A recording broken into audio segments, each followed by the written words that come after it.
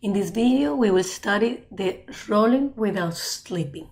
We will calculate the velocities and the acceleration of the disk. As you see, the trajectory of point C, which is the center of the disk, is a rectilinear parallel to the surface. And the point A, which is in the periphery of the disk, the path is a cycloid. Let's calculate the velocities of the point in the periphery of the disk and in the center of the disk. You see that the velocity of C will follow the path, which is a rectilinear motion, and the velocity of A is tangent to that cycloid and is perpendicular to the vector dA.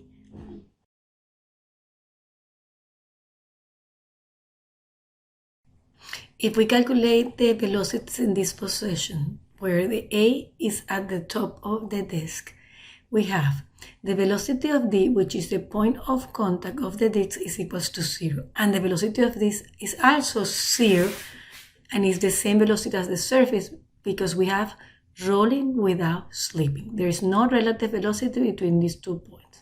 If we calculate the velocity of the center using the relative motion equation, we have the velocity of D plus omega cross the distance from D to C. This velocity is equals to 0. We have that the angular velocity is in the perpendicular to the plane of motion in the negative direction, so it goes in this direction and cross the distance between D and C. And that's why how we get that the velocity of C is omega r in I direction. We do the same for the velocity of the point A, and we get that the velocity of A is 2 omega r, also in the I direction. When the point A is coincident with the point D, then velocity of A is equals to 0, which is the same as the surface. And we do the analysis of the velocity of C and we get the same value. Omega C is still omega r. When we do the analysis, when point A reaches this point that is at the same height as point C, you see the velocity of C is still omega r, exactly the same equation.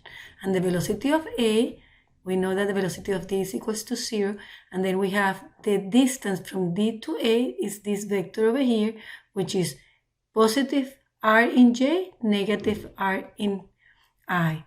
And if we do the calculations, that's the vector result, and then if we get the magnitude of this vector, we get that the velocity of A is square root of 2 omega r, and the square root of 2 is the distance dA.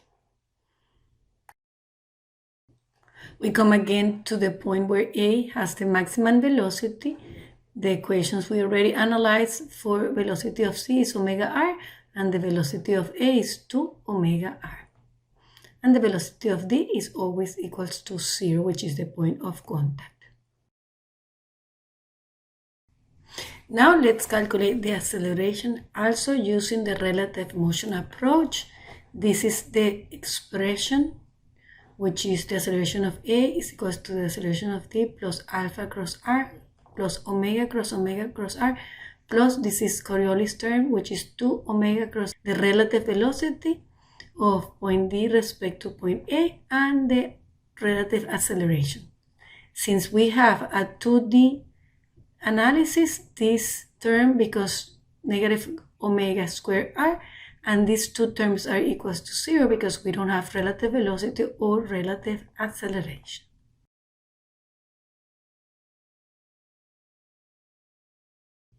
I will start the analysis when the point A reaches the surface and is coincident with point D. We calculate the acceleration of C respect to the acceleration of A. We know that the trajectory or path of A goes as a cycloid that goes here and it goes back up. Therefore, there is no velocity in the I direction, and there is no acceleration in the I direction. There is only acceleration in the J direction because I know that I am moving back up.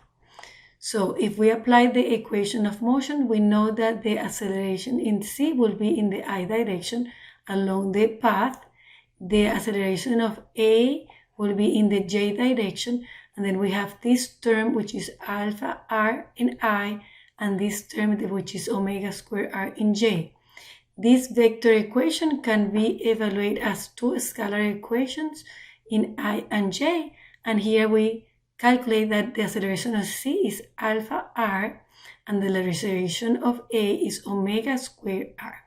The acceleration is c is in I direction, horizontal, parallel to the path, and the acceleration of A is omega squared r, and in the direction of j. We'll do the analysis of the acceleration when A reaches this point. Let's calculate first the acceleration of c. We use the relative motion equation for acceleration. Remember that the acceleration of d, which is this point, we already calculated that has only acceleration in the vertical direction, which is omega squared r. We do this multiplication and we get alpha ri, and this term is omega squared rj. This term cancels out with this term, and we have the same result and in the previous location, that the acceleration of c is always alpha r along the linear path. For the acceleration of A, we do the same analysis. The acceleration of D is omega squared r in j. We do this multiplication, and we have this expression right here. This vector is from D to A, from here to here, which is positive r in j, negative r in I. These terms cancel with this term, and then we have that the acceleration of A has this form. These two can be expressed as square root of 2 alpha r, meaning that we have always a component that is perpendicular to the vector dA, and then we have one component that goes towards the center of the disc, that is omega squared r.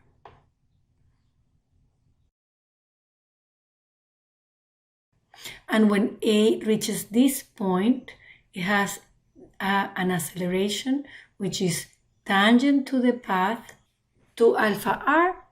Remember here that is always perpendicular to the vector dA, and this is the distance also is from D to A is 2r.